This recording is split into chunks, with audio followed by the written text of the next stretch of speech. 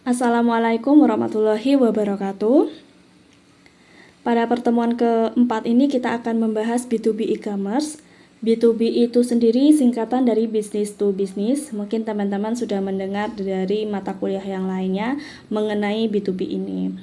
E-commerce business to business ini itu adalah jenis perdagangan elektronik di mana transaksi itu terjadi antara dua bisnis.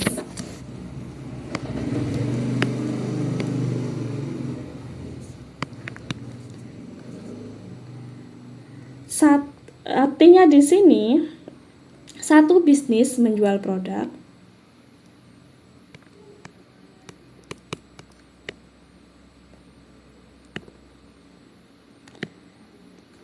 menjual produknya kemana? Menjual produknya ke bisnis yang lain.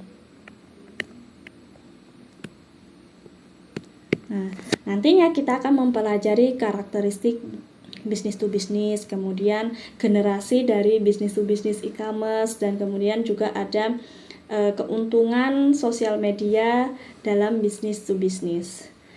Oke, yang pertama kita akan membahas karakteristik bisnis to bisnis tersebut. Singkat saja ya, B2B biar tidak kepanjangan. Kita bilang B2B. Karakteristik B2B dari segi pihak-pihak yang bertransaksi. Nah, di sini ada transaksi langsung direct tanpa adanya perantara. Artinya di sini dari penjual ke pembeli. Tidak ada distributor, dia langsung dari perusahaan A ke perusahaan B.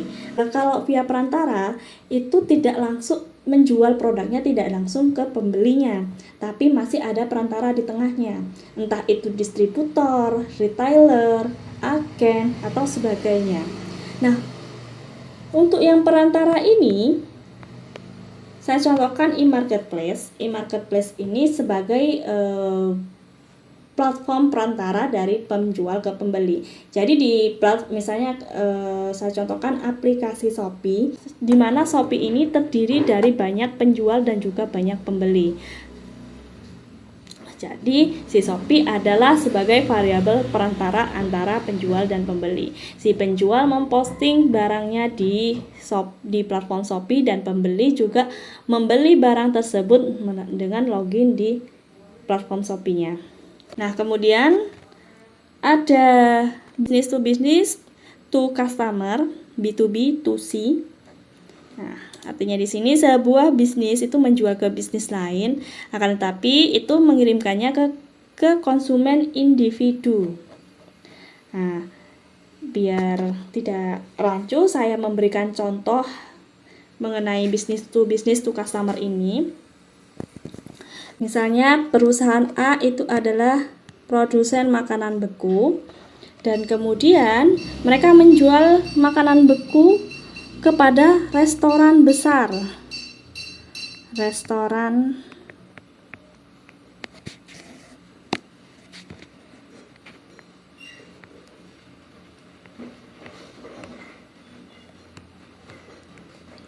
restoran besar ini itu mengolah makanan beku dan kemudian menjualnya sebagai bentuk hidangan kepada pelanggan. Ini ke customer.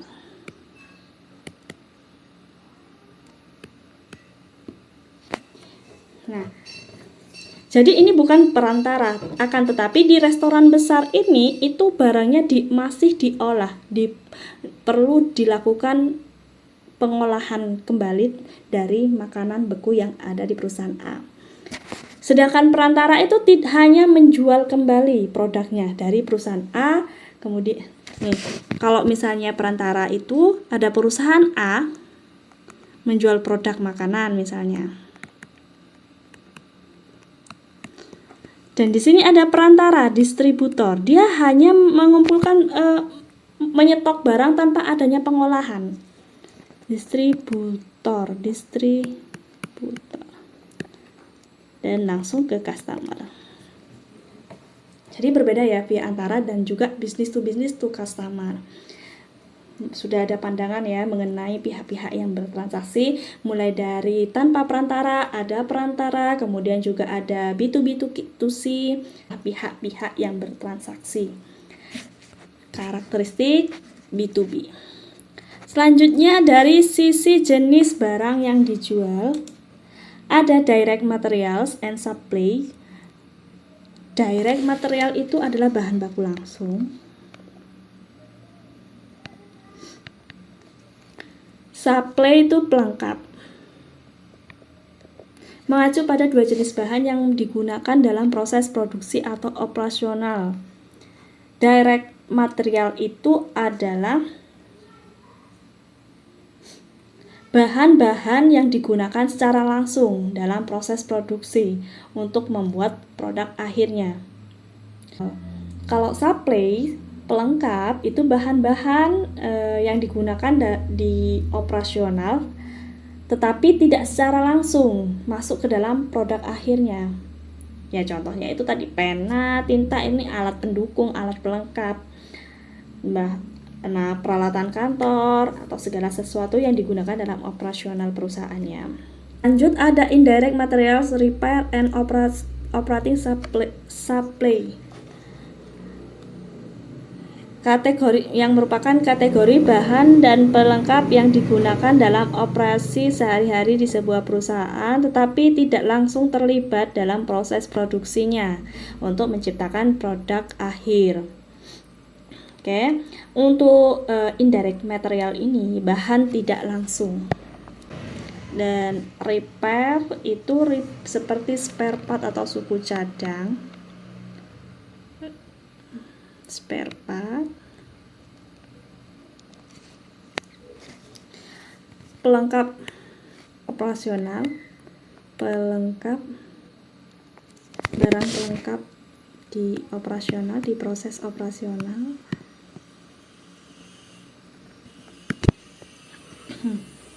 Indirect, bahan yang digunakan dalam operasi perusahaan, tapi barang tersebut tidak menjadi bagian dari produk akhir. Sedangkan repair part, komponen ataupun suku cadang yang digunakan untuk memperbaiki atau mengganti bagian yang rusak. Nah, kalau operating supply ini perlengkapan operasional yang tidak ada hubungannya dengan produksi, itu adalah jenis barang yang dijual.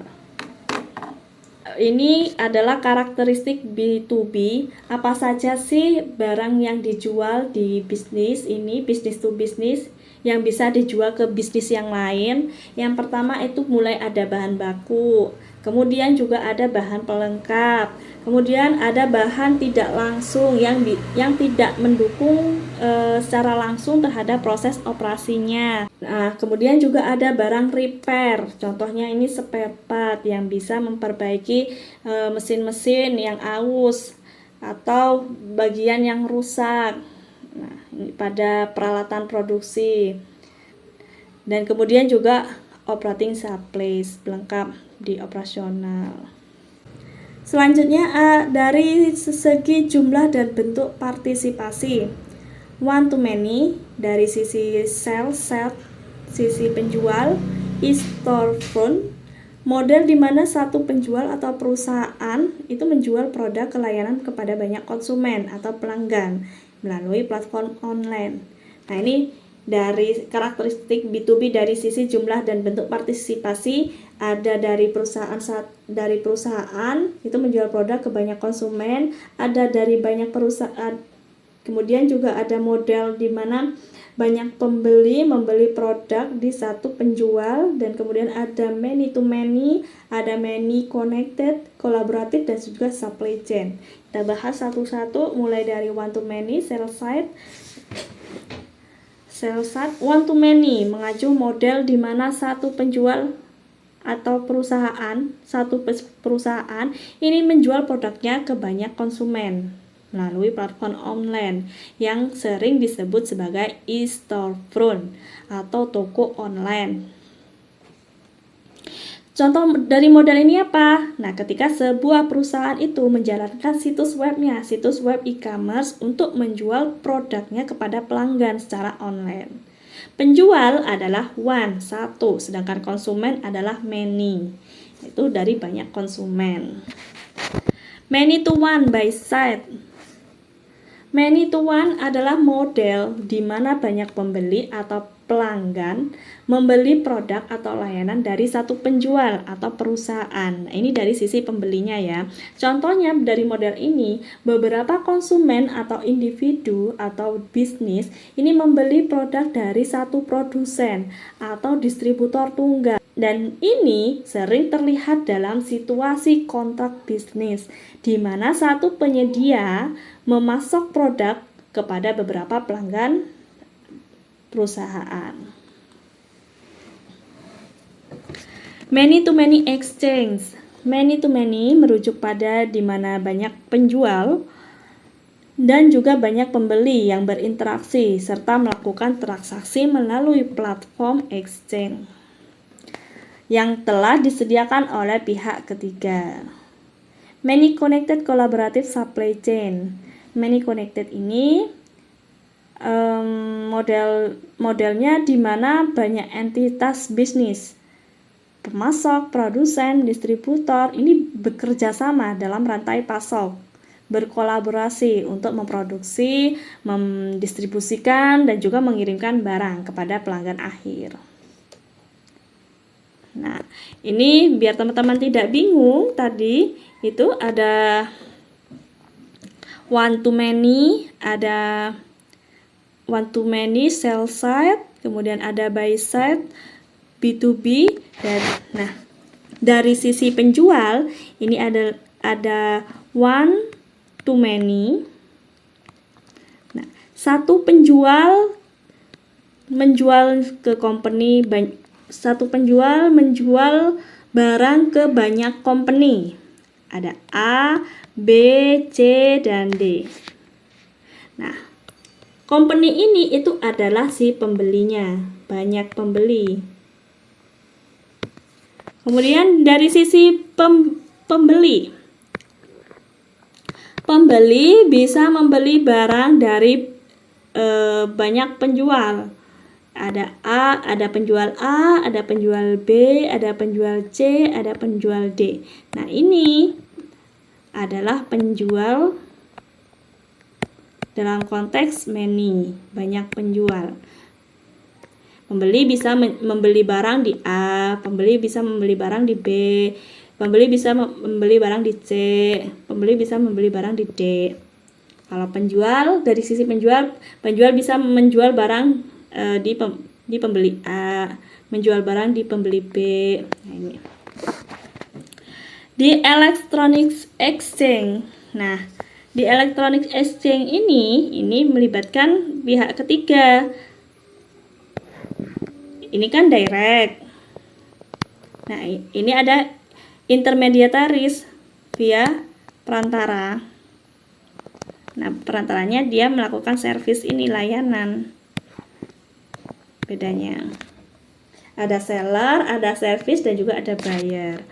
Kemudian di sini ada kolaborasi.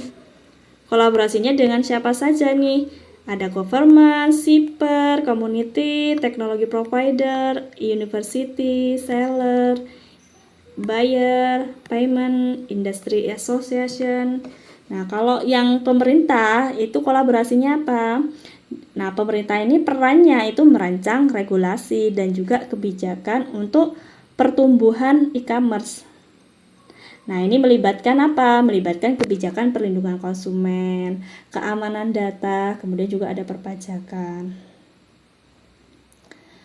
Selanjutnya, ada shipper. Shipper ini perannya apa? Nah, shipper ini bisa berperan sebagai bentuk pengiriman dan juga logistik. Shipper berperan dalam mengelola pengiriman dan logistik produk yang dibeli melalui e-commerce. Kemudian juga melakukan penanganan retur, serta juga berperan sebagai pemantauan dan pelacakan. Ada komunitas. Perannya apa? Peran di sini community sebagai pemasaran dan juga promosi. Ada dukungan layanan. Pemasaran dan promosi ini kolaborasi dengan komunitas memungkinkan e-commerce untuk melakukan pemasaran dan promosi produk tersebut secara efektif. Community ini bisa membantu e-commerce dalam menyebarkan informasi tentang produk, kemudian juga mengadakan acara promosi dan juga memperluas jangkauan pemasaran.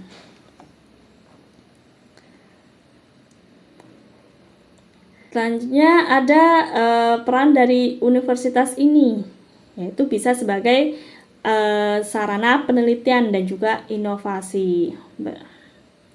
Universitas ini bisa melakukan penelitian yang relevan dengan kebutuhan e-commerce, seperti analisis pasarnya, pengembangan teknologi, ataupun strategi pemasaran.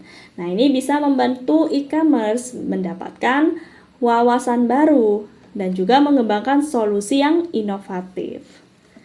Nah, itu dari jumlah dan bentuk partisipasinya. Yang keempat itu dari jenis transaksi. Jenis transaksi ada spot buying, pembelian sering dilakukan tanpa perencanaan jangka panjang, perjanjian kontrak sebelumnya dengan pemasok. Nah, ini jenis transaksi ada dua jenis. Ada spot buying tanpa adanya perencanaan jangka panjang. Kemudian ada via intermediaries, strategic sourcing. Ini melibatkan negosiasi kontrak jangka panjang. Yang kelima, dari arah perdagangan ada vertical trade dan juga horizontal trade. Untuk vertical trade ini terjadi ketika sebuah perusahaan itu membeli produk kepada perusahaan lain yang berada di tahap produksi atau distribusi yang berbeda di dalam rantai pasokan. Nah, contohnya apa? Contoh perdagangan vertikal ini misalnya hubungan antara produsen dan juga distributor dan pengecer, atau perusahaan manufaktur dengan pemasok bahan baku. Jadi contohnya itu di sini hubungan dari ada produsen menjual barangnya ke distributor. Dari distributor itu ke pengecer. Nah, ini vertical trade. Sedangkan perdagangan horizontal itu dalam perdagangan horizontal perusahaan-perusahaan tersebut sering menjadi pesaing atau sama lain. Contohnya apa? Persaingan antara dua toko retail yang menjual produk serupa. Misalnya dua produsen mobil ini bersaing di pasar otomotif. Dua perusahaan teknologi bersaing di pasar perangkat lunak. Itu dari sisi arah perdagangan. Selanjutnya ini ada komponen B2B. Komponen B2B itu sendiri kita bahas satu-satu dulu untuk perannya. Dalam komponen bisnis to bisnis itu ada supplier. Supplier ini perannya apa? Ini sebagai pemasok, pihak yang menyediakan barang kepada perusahaan. Nah, ini. Kemudian di perusahaan itu diolah menjadi finished good, menjadi produk barang jadi, kemudian dijual kepada siapa? Dijual ke retailers. Kalau retailers ini sudah bisnis to bisnis, dari bisnis ke bisnis, dan dari retailer itu ke user, ke pengguna akhirnya.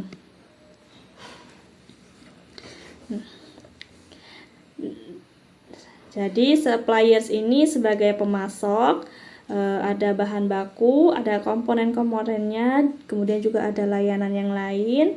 Dan di sini ada perusahaan, dia melakukan proses manufaktur. Perusahaan ini menjalankan operasi bisnisnya.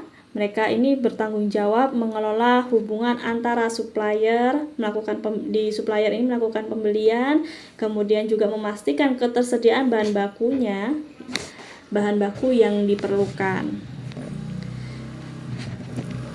Selanjutnya di sini ada peran retailer. Retailer ini dia menyediakan katalog yang nantinya akan dijualkan kepada user, pengguna akhir. Nah, retailer adalah pihak yang menjual produk kepada konsumen akhir. Mereka membeli produk dari perusahaan secara langsung atau bisa juga melalui intermediaris. Perusahaan dari supplier juga bisa bisa membeli bahan bakunya raw material melalui intermediaris.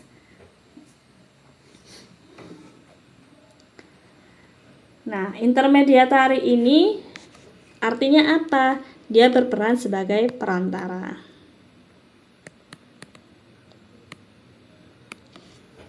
Support service. Support service ini adalah layanan dukungan.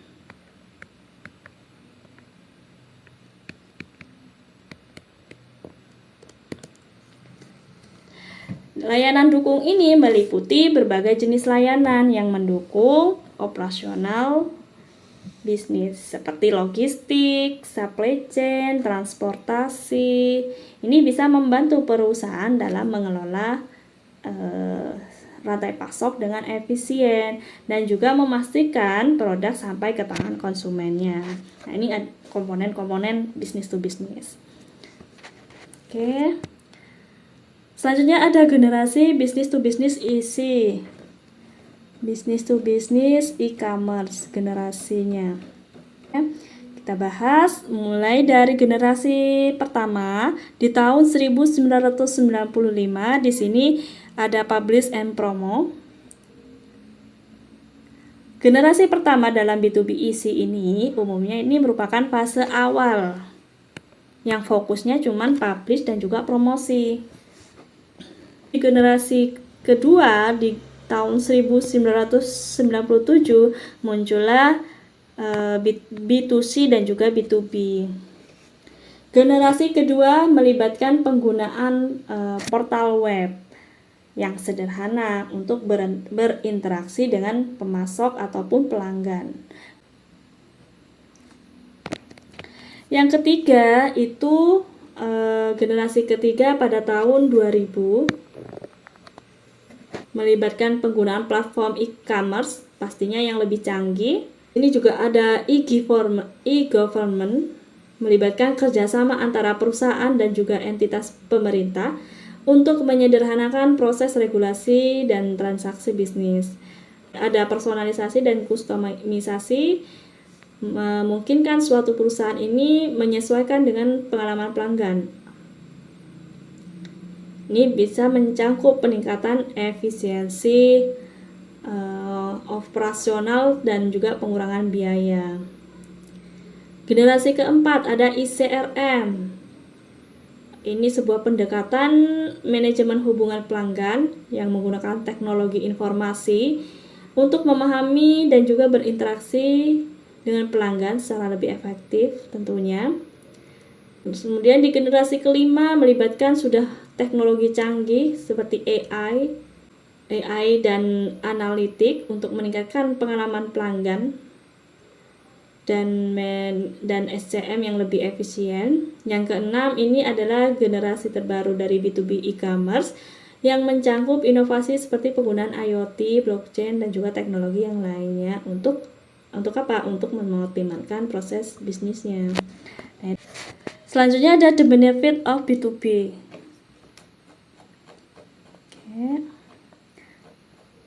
Benefit yang pertama, menghilangkan kertas dan juga mengurangi biaya administrasi.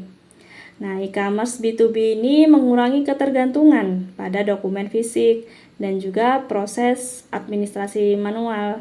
Tentunya menghemat biaya yang biasanya terkait dengan mencetak, mengirim, dan mengelola dokumen.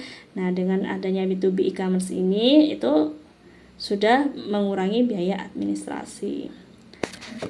Mempercepat pemrosesan dan mengurangi waktu siklus perdagangan. Artinya, transaksi itu diproses lebih cepat dengan e-commerce untuk mengurangi waktu yang diperlukan untuk menyelesaikan transaksi bisnis. Yang ketiga, itu ada meningkatkan produktivitas karyawan berhubungan dengan pembelian dan penjualan. E-commerce B2B memungkinkan itu sudah otomatisasi proses bisnis yang mengurangi beban kerja manual staff dan juga memungkinkan mereka fokus pada tugas yang lebih strategis. Akhirnya bisa meningkatkan produktivitas karyawan, mengurangi kesalahan dan meningkatkan kualitas layanan. Nah, ini tentunya mengurangi resiko kesalahan manusia saat pemrosesan pesanan dan meningkatkan akurasi dan kualitas layanan, mengurangi tingkat inventaris dan biaya, meningkatkan produktivitas karyawan berhubungan dengan pembelian dan penjualan. Nah, ini adalah benefit dari dua-duanya, dari sisi penjual dan pembeli. Kita langsung saja ke benefit dari sisi pembeli. Dari sisi pembeli atau dari sisi buyer, mengurangi biaya pembelian dengan mengurangi penggunaan perantara. Di dalam e-commerce B2B, bisnis ini ada bisnis direct tadi yang sudah dijelaskan di atas, bahwasanya ini bisa berinteraksi langsung dengan pemasok ataupun produsen. Nah, ini mengurangi ketergantungan pada perantara atau distributor yang dapat pada gilirannya yang dapat menghemat biaya pembelian, mengurangi biaya pengadaan. Kemudian juga ada menyediakan layanan pelanggan yang efisien, membantu pemerataan usaha kecil. Artinya di sini e-commerce B2B ini bisa membuka peluang bagi UKM, usaha kecil dan menengah, untuk bisa bersaing dengan perusahaan besarnya, karena mereka bisa dengan mudah mencapai pasar yang lebih luas dan juga bisa berinteraksi dengan pelanggan besar. Itu benefit e-commerce B2B. Kemudian juga ada memudahkan konfigurasi produk. Nah, kalau dari sisi penjual itu, yang pertama menciptakan peluang penjualan baru. Artinya e-commerce B2B ini memungkinkan suatu perusahaan itu bisa mencapai pasar yang lebih luas dan menciptakan peluang penjualan baru dengan menjangkau pelanggan potensial yang sebelumnya sulit diakses. Dengan adanya e-commerce ini, itu bisa dengan mudahnya mencapai pasar yang lebih luas. Yang kedua, mengurangi biaya pemasaran dan penjualan. Dengan menggunakan platform, perusahaan itu bisa mengurangi biaya pemasarannya dan juga biaya penjualan yang biasanya terkait dengan promosi, perjalanan bisnis, ataupun kegiatan pemasaran tradisional. Dengan adanya platform e-commerce ini bisa langsung menjangkau si pembelinya. Yang ketiga, meningkatkan fleksibilitas produksi, memungkinkan pengiriman sesuai permintaan. Oke. Peluang sosial e-commerce di dalam B2B ini, yang pertama itu menggunakan jaringan untuk beriklan ke khalayak luas dan juga menciptakan kesadaran merek. Platform media sosial seperti Facebook, Twitter, LinkedIn, dan Instagram. Nah, ini bisa menyediakan alat beriklan yang memungkinkan si perusahaan itu menargetkan iklan kepada masyarakat yang tertarget. Maksudnya tertarget ini adalah mencapai audiens yang relevan dengan produk dan bisa menciptakan kesadaran merek di antara pelanggan yang potensial. Yang kedua, bisa menemukan mitra bisnis baru dan juga prospek penjualan. Yang ketiga, ada meningkatkan kemampuan mereka dengan mempelajari teknologi baru, pesaing, pelanggan, dan juga lingkungan bisnis. Yang keempat, menghasilkan prospek penjualan melalui kontak khususnya LinkedIn dan dengan men-tweet atau terlibat di Facebook. Nah, LinkedIn, Twitter, Facebook itu seperti halnya tadi, dia menyediakan alat beriklan untuk mencapai target pelanggannya. Selanjutnya di sini meningkatkan partisipasi dalam kegiatan asosiasi industri. Berarti aktif terlibat dalam organisasi yang terkait dengan industri atau sektor bisnis tertentu. Ini mencakup menghadiri pertemuan, seminar, menjadi anggota aktif dalam asosiasi, menciptakan buzz seputar peluncuran produk yang akan datang. Itu tentang bagaimana membangun ekspektasi dan juga antusias di kalangan pelanggan dan juga audiens target. Menciptakan buzz ini itu untuk istilah. Buzz itu istilah yang digunakan untuk menggambarkan upaya menciptakan suatu perhatian di komunitas tertentu, terutama dalam konteks pemasaran, branding, ataupun promosi. Tujuannya apa? Tujuannya pastinya meningkatkan kesadaran, minat, kemudian ataupun yang terkait dengan produk tersebut. Dengan cara apa meningkatkan buzz? Dengan menciptakan konten yang viral dan juga melalui influencer, kampanye pemasaran yang kreatif. Lanjut, mendorong lalu lintas ke halaman Facebook mereka dan situs sosial lainnya dan melibatkan pengunjung. Maksudnya di sini upaya untuk mengarahkan pengunjung atau pengguna internet itu ke halaman-halaman media sosial perusahaan.